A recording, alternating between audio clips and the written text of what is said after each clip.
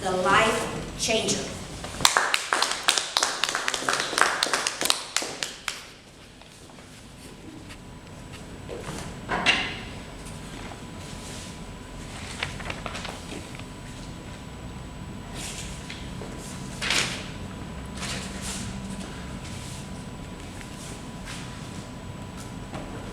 The tide severely ebbed back from the beach's edge.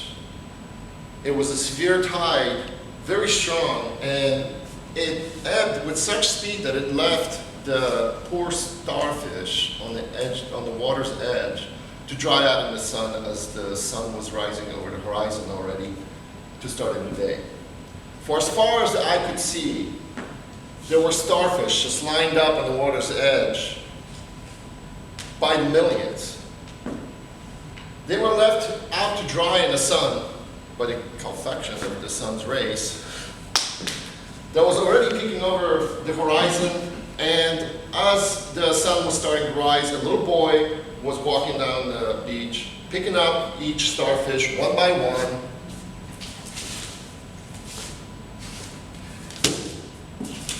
tossing them into the sea.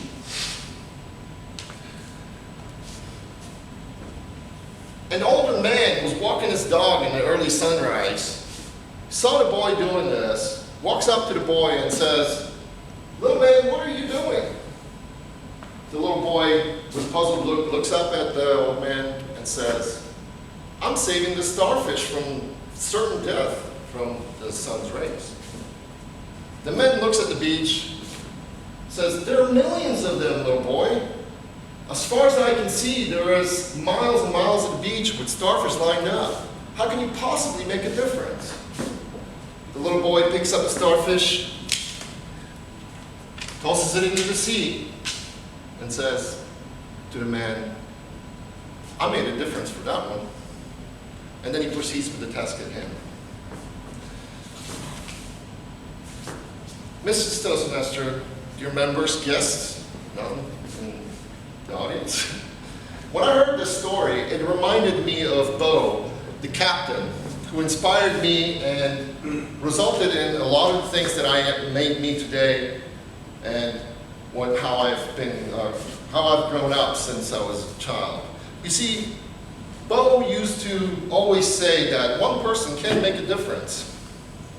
Just like the little boy that picks up the starfish and is making a difference for that one, and for that one, and for that one. Bo would make a difference, one person at a time. Now, it sounds like a cliche that one person can make a difference. We all heard that. Bo told stories of the sea. When he would go out on trips, there were 4 to 8 months long sometimes. He worked on huge tankers and huge cargo ships that were 5, 6 times the football field. He did that for over 40 years before he retired. The crew that he led into the sea always spoke highly of him, always gave their impressions of the experience of Bo to be the most rewarding and the most learning experience that they've ever had. Not once have I heard anybody express a negative thought or negative experience that they've had with Bo during their trips to the sea. He changed lives of those seamen who came on board. What Bo did that really was particular was that he would take troubled kids, troubled youths and young adults who were sometimes alcoholics, who sometimes were just troubled. They had lost direction in life. Some of them turned out to be thugs. And he would take them in on the ship and make them deckhands. Now, because he was out to sea for 8 months sometimes at a time, Bo had these individuals secluded and isolated by the vastness of the ocean. So he had a captive audience basically for 8 months. They could not escape.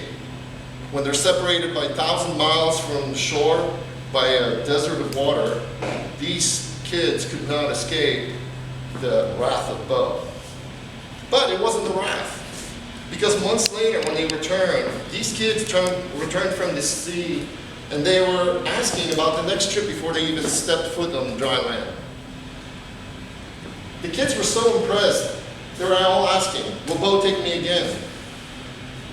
Maybe the separation from their troubled life. Maybe it was the reality of returning back to their troubled life.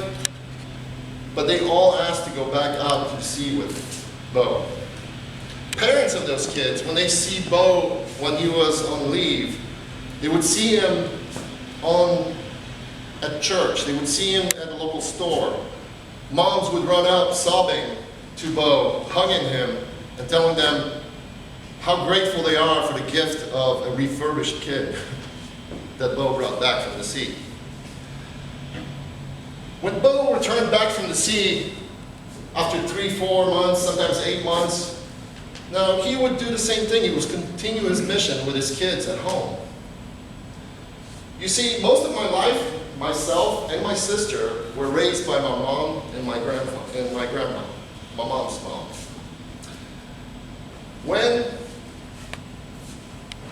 When my dad was out to sea for 8 months out of the year, we would be raised by just one parent.